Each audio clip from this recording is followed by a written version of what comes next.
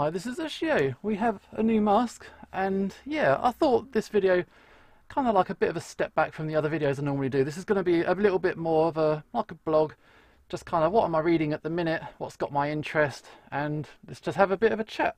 So basically, what I'm reading at the minute, it's kind of like you might get the impression that I'm kind of really into like artsy manga and like the really highbrow gekiga kind of shit. And honestly, sometimes I read that stuff, but at the same time, I'm also kind of basic with the kind of thing that I like to get into. I'm reading One Punch Man, and there's no problem with that. It's fun, the artwork's great, the action's super cool, and yeah, it's just good, and you don't have to think about it. You can just sit down and read it in case you don't know what it's about. It's a world of superheroes, and everyone's trying to fight monsters and super demons and stuff like this. And there's this one guy, for some reason, he can defeat everything with one punch, and he's just bored. He just wants to be challenged and have a good fight once in a while, but he can't have that because he's just so damn strong. So it is ultimately a parody, a comedy manga, and it's a lot of fun, but the artwork's just so good. It has been reversioned from the original webcomic. Honestly, I'd quite like to check out the original webcomic at some point just to see the differences, but the artwork's really strong. It doesn't take itself that seriously. You can just kind of switch off and just ride the ride. And yeah, it's fun. One Punch Man, you can't really go wrong if you just want some mindless, silly action. Alright, and the other thing I've been reading at the minute, I've got Yona of the Dawn. I'm up to volume 23, yes, down here. So I'm quite far into it now, so I want to be a little bit light on spoilers. So basically, I've talked about it before in my introduction to manga video quite a while ago. Basically, it's like she's the princess, her father was murdered, they had to go into exile, run away, and just see what happens with the world. Do we have to have a war to settle the situation? Do we have to do something else? Do we have to give up? Do you have to go somewhere else? It's just a big sweeping fantasy epic, and it's just fun. It's a good kind of adventure. So by this point, we're really far into it now. So again, yeah, light with the spoilers, but we just had the end of a big major story arc. There was a big battle, and we're kind of entering a new area, literally, not just with the story, but also physically. They're entering a new like kingdom, and we're just trying to learn about the neighboring countries, this kind of stuff. And there's all kinds of intrigue and bits and bobs going on. And there's also a few more volumes ago. I'm getting way off track. There's a character called Zeno. He's one of the the dragon warriors that accompany our princess. And we only recently, a little while ago, learned what his powers actually are. And honestly, it's a big deal when you learn what this guy's powers are.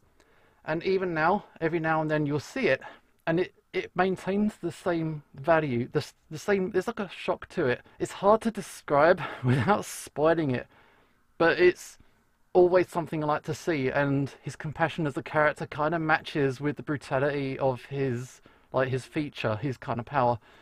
But no, I've always enjoyed it. The characters are fun, and I'm just having a good time with it. It's one I like to read. It's like a personal preference out of currently running manga. Okay, the next one up, it's not really a manga. It's more like a bit of a recommendation sort of thing. It's kind of what these videos are, kind of talk about what I want. So a little while ago, I did do a video. It was like the top 10 manga up to 1987, and I'm trying to read through and try and do a top 10 for 1988. The video will come eventually, but it's kind of like there's a lot to read through because there's some works there that I've not read before, I'm not so familiar with, and it's taking me time to muscle my way through. But I'm also trying to prepare for the videos after that.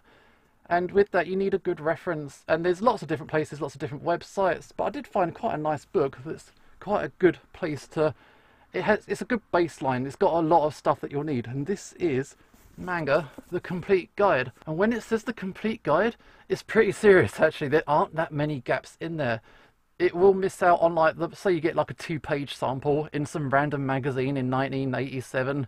That's not going to be in there. But in terms of properly published manga, there's all kinds of weird stuff in here.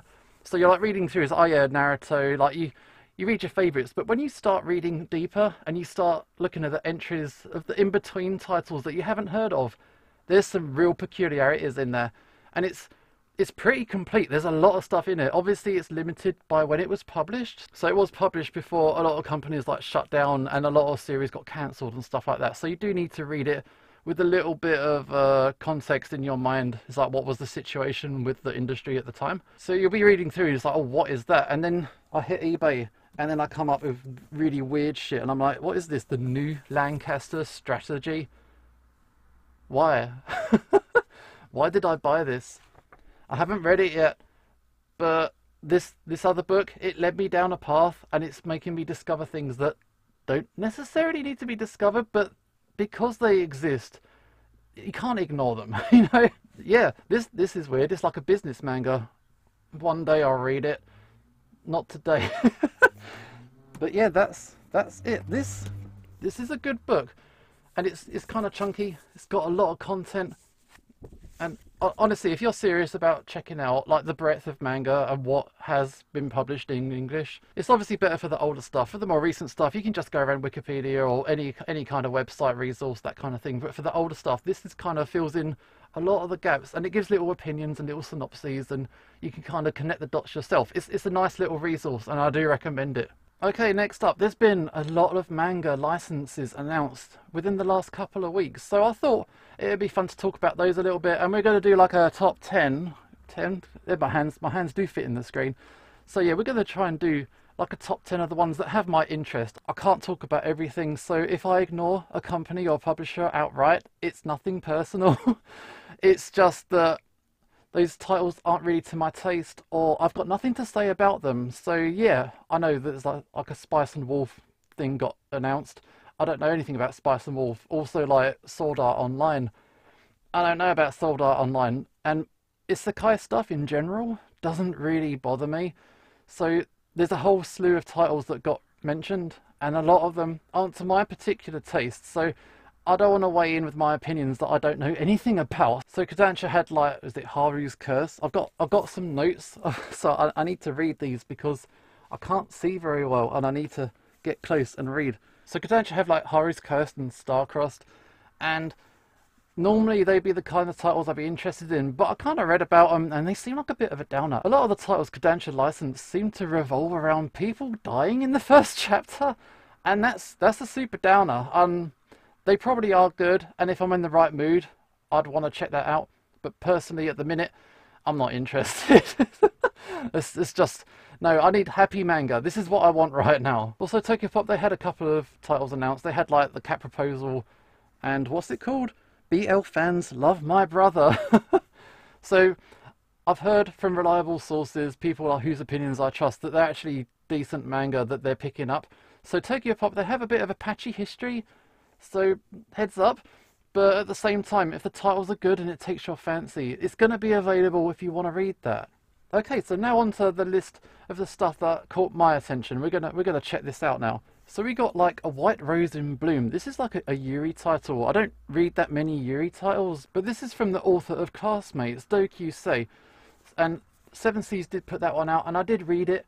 It's actually pretty good. So this was like a BL, and now they're moving into Yuri. So they're kind of covering different kinds of genres now. So the main like romantic interest in the manga was pretty good, but it did have a side character who is a super creep, and it's not treated as though it's creepy. You got a person in a position of authority and power, and they're kind of getting a bit creepy with like the main characters, and it's like, no, don't do that. So if the main relationship's interesting, it's probably going to be a good manga, but if it has these weird little elements that kind of sneak in sometimes, it's done it before, it might do it again. Just keep an eye there, but otherwise I think it might be quite good. Also, another one that I don't know anything about, I'm reading my notes again, we have got Enieri and Devila. I'm sure I've said that wrong, but it's from the author who did Witch Hat Atelier, and it's not a manga I've read, but I've heard so many good things. So if you want to keep your like finger on the pulse on what's currently interesting right now, keep an eye on that one. It might be one to watch. Next up is Dungeon Toilet, which, you know, toilets in dungeons. How is that not cool? So yeah, so as we get into it, I'm going to talk a little bit more in depth, but those ones just superficially kind of caught my attention. Alright, next up is the Dr. Stone, kind of like a reboot they called it. So Dr. Stone Reboot Byakuya is basically sort of like a prequel side story to the main Dr. Stone manga. So Dr. Stone manga set thousands of years into the future, and they got Senku, the main character. We're not talking about that manga, we're talking about this one. So thousands of years in the past, it was his father, because there's like a time gap. Everyone got made into stone and the world was frozen until they started waking up. So his father is up in space at the time it hit, so that's why they weren't turned into stone. And the manga follows their little story on what they wanted to do for the future of mankind. And they're not even the main characters. The main character's actually a robot. And the robot's like an AI that lives on the spaceship. And after the human characters kind of go and, you know, to try and rescue what's on Earth, the robot stays in space and kind of looks over humanity and hoping for the best kind of thing. It's on the Shonen Jump app now. You don't have to wait for it to be published or anything like that. So that means I have read it and I do know what happens in it. And it's actually quite good. I have a bit of a weird, slight love-hate relationship with Dr. Stone. I think like 80% of the manga is really good. And the other 20%, yeah, it's a video for another time. But yeah, it's a nice little manga. I think it's only going to be 1 volume long. There weren't that many chapters, like 10 chapters or something. So it's not a big investment. And if you're a fan already, there's no reason why you shouldn't pick it up. It's not a side story that's unrelated to the main plot. If you're enjoying the main story, it's not like a dead end. It's quite a valid entry. Okay, next up.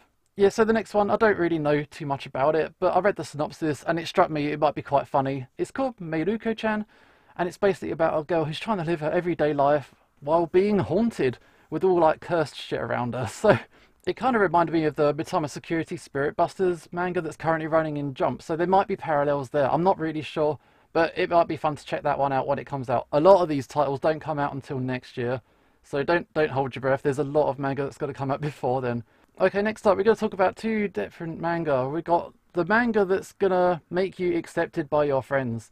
So we got Asadora by Naoki Urasawa, and Urasawa is one of these creators that's kind of broken through just the manga world, and other comic readers are reading his stuff as well. So if you don't want to get shunned by your friends because they read, like, you know, superhero comics, Urasawa's kind of socially acceptable. And the other one that is going to be acceptable for your friends to, you know, read amongst yourselves, you got the new Junji Ito manga. So you got Love Sickness, and Junji Ito has completely broken out. Everybody loves his work, and honestly, his work is good. I don't really consider his work as pure horror because it's pretty obvious that he's having a blast just drawing all this stuff, and he's having way too much fun. So he does draw like creepy monsters and stuff like this. So I haven't actually read this. I've got a copy of Smashed. I have read Gyo, I have read Uzumaki, I have read Tomie, but the old comics one, I haven't read the Viz version. But yeah, he's got a lot of stuff out. I would expect that it's going to be printed in a similar hardback style, so just to fit in with the other ones that Viz Media have put out. But yeah, more Junji Ito. It's going to sell like hotcakes. Everyone's going to love it when it comes out. Okay, the next one that's got my attention is Under Ninja, which is the new title from the guy who made I Am a Hero. And I Am a Hero is like a zombie manga. It's like really cinematic and really detailed artwork, very complex backgrounds with lots of information on the screen. But it kind of works. It's a lot of fun, and it's always out of print because, you know, Dark Horse printed it, sort of thing. So there's a new one coming out from the same creator. It's by Dempa Books this time, and Dempa, I'm kind of impressed on how they go about things. They go out on a limb and they'll pick up stuff before it's established as being a guaranteed hit. They don't wait for an anime adaptation before they grab it. They grab it because they think it's good, and if it's good, then hopefully it will sell. I can kind of respect that. So yeah, definitely look out for that. I think it's going to be one to watch for sure. Okay, so next up, I've actually got the Japanese copy of this book, so I might as well show this. We've got Beast Complex. So if you're familiar with Beastars, as far as I'm aware, they only created 1 manga before they started work on Beastars, and it was this volume. So it must be doing quite well for Viz Media to go back and get the short works, because this is just, it's just some short story chapters. It's not like one overarching thing. It's just a lot of short stories, like relationships and stuff like that. So I would expect that this is going to get printed in the regular... I think they're going to like upscale the size so it fits like how Beastars has been printed. So Beastars was smaller when it was published in Japan and enlarged for English audiences, so I would expect similar treatment. But yeah, obviously I can't read Japanese, I can't tell you too much about it, but I did notice there is one nice little short story in there. There's a character who's a chameleon, and because he's shy, he's invisible half the time. He's just like a floating shirt. So it's kind of fun. But yeah, looking forward to that one. If you like Beastars, then you're definitely going to like this as well. Okay, so the last one that's got my attention is Dark Dire, which I didn't know this existed until it was announced, because I don't pay attention until stuff's like in English kind of thing. I'm kind of ignorant like that. But yeah, Dark Dye is the new manga from Kyu Hayashida, who, if you don't know, is the person who made Dorohedoro, which just came out on Netflix. So she has quite a dark, gritty, gross style, and I kind of dig it. I'm kind of into it. So it's interesting that Viz Media would kind of go out and they would publish all of Dorohedoro. 23 volumes is quite a big commitment. But then the Netflix show comes out, everyone's talking about it, and then they don't go and pick up the new series. So I'm not sure. Seven Seas have kind of swooped in and taken that. So yeah, if they're not going to pick up Kyu Hayashida's like latest work, they're probably not going to reprint like the guidebook either. So the guidebook just has a couple of short stories and character profiles, colour artwork, like all the bells and whistles, kind of cute little extras kind of book. So yeah, this probably isn't going to get published in English. But Dark Dye I'm kind of interested in, if it kind of brings us into another world that's really, really bizarre and strange, kind of gross, and who knows what's going to happen next, because yeah, if you know Dorohedoro, you can't predict it. Maybe there'll be another baseball episode, and that was kind of fun. But yeah, that's all the titles that got my interest. I went through 10, I mentioned a couple more.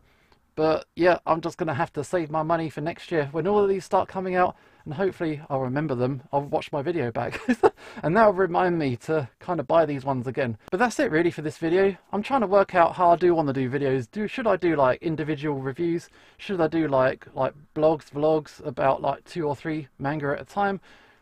Or should I have like done the manga I was looking for on a separate video and like had it separate from the stuff I'm reading? I don't know, I'm trying to work things out. Let me know what you think as well. But yeah, this is it, and that was what I wanted to talk about today. And this is Usho signing off, and hopefully I will see you next time.